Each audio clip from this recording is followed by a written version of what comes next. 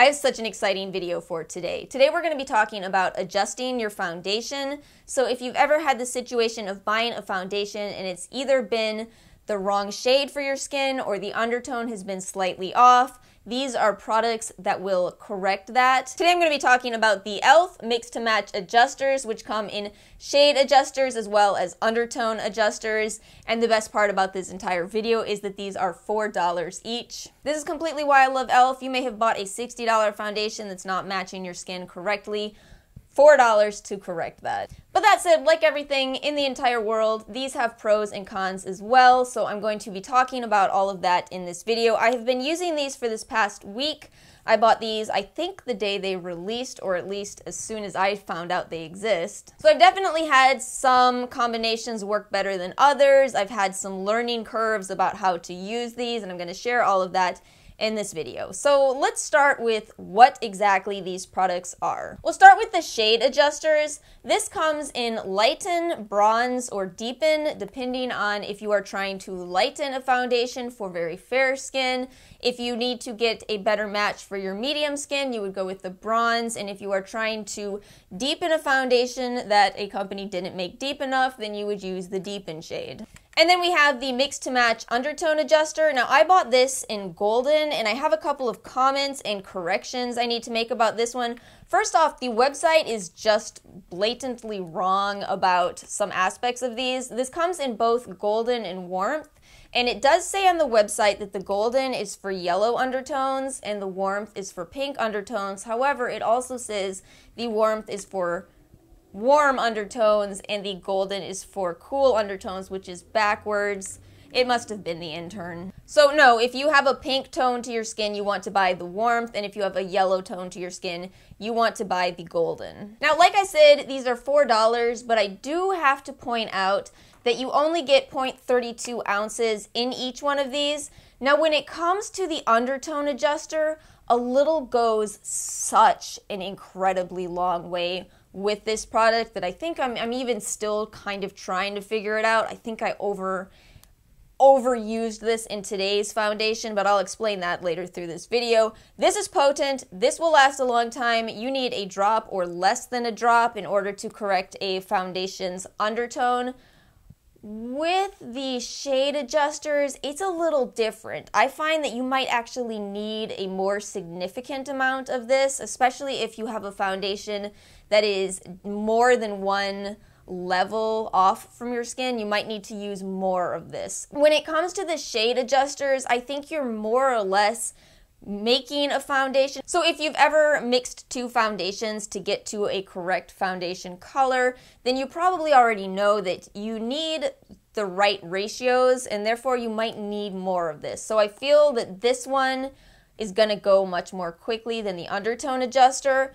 It's still not expensive. To put it into perspective, if these were a full-size bottle of your standard 1 ounce foundations, the price would be around $12. So they're still very affordable. They just are small. So I'm going to go ahead and do some swatches of each one of these today so you can see how they look. That's what they look like before they've been blended out, and then I'll blend them out.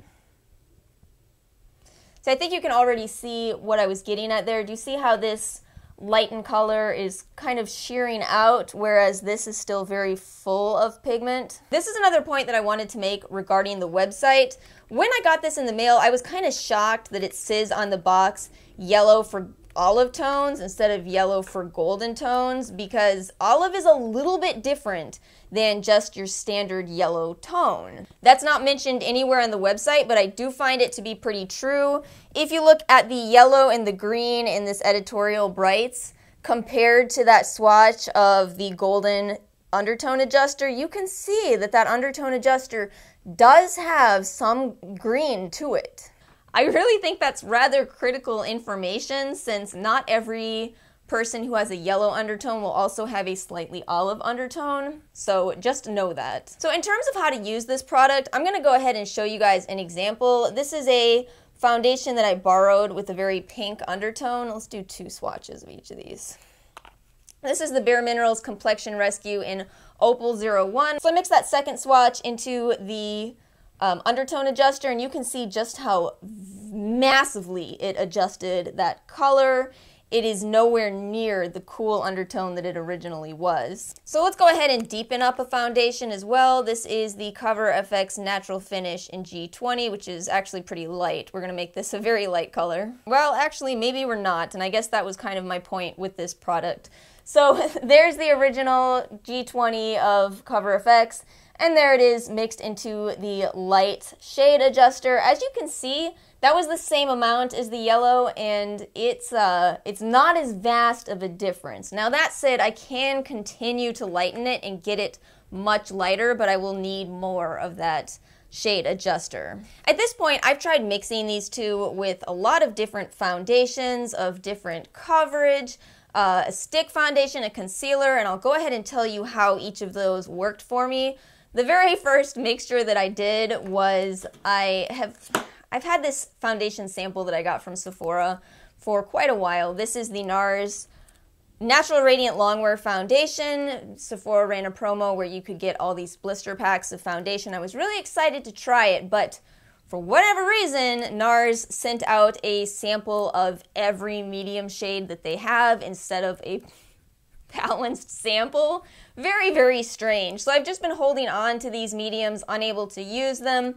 When I got these, I was very excited to add the lightener drops. Now again, because this lightener doesn't go as far as the undertone adjuster, I felt like I was mixing quite a lot into these medium foundations, and I'm just pretty much on the lighter side of light, not to the fair level, so I was kind of surprised how much I needed. And as a result, I noticed that this foundation was definitely getting a bit lighter in consistency, kind of going from a more medium full coverage to a light medium coverage. I found that really interesting, but also not surprising, because even though these are not a watery consistency, they're also not really a very thick consistency either, just kind of more in the middle. Now the next day I tried lightening my First Aid Beauty Triple Protection Skin Tint. I absolutely love this, but it is just a hair too dark for my skin tone. So I mixed in a very small amount of the lightener into this skin tint, a skin tint being a very, very light coverage foundation, and it was so beautiful. It wore perfectly. It didn't seem like the amount that I had added into this affected the consistency whatsoever, and adding either one of these doesn't seem to create situations where the foundation goes into lines on your face or creates any texture. It just mixes very, very well, but I'd have to say this was close to my favorite. Another big surprise though is that I did mix these with a foundation stick. I put a foundation stick, I applied it to my face, so I had swiped the foundation on. I put a tiny amount of the undertone adjuster onto the tip of this Real Techniques buffing brush. I buffed it all in, and it was a beautiful, beautiful combination. Now I was using a very, very cool undertone stick foundation, so I didn't see this get too yellow, but I think that if I had been using more of a neutral foundation, it might have gone too yellow, which is the situation I have today. I'm currently wearing the Wet n Wild Photo Focus foundation in soft beige, which I've been dying to actually be able to try. So far, I really like it, but I think I went too yellow because this is just a little bit too pink for me. This is actually supposed to be warm undertones, but in my opinion, it's not anywhere near warm enough. So when I mixed the undertone adjuster into this, I do feel like it was hard for me to back out of how golden this is on my skin. I think we're kind of pulling it off, but it seems a little bit off. And as far as mixing it with concealer, I don't recommend that because you use so little concealer and it's so rich in pigment that adding even a very small amount of these products alters the concealer. So I'm not sure how these would work with a very, very, very high coverage foundation. I'm inclined to say it's going to also back those up too. But again, anything in that more light to medium range seems to work beautifully with these. And that was one other comment that I wanted to make with these, is that when you go to mix these, they blend together with your foundation extremely well. And I'm about to get into the reason for that, so let's wrap this video up by talking about the ingredients. That plays a big role in how these work. Both of these are silicone based, and of course silicones blend really well.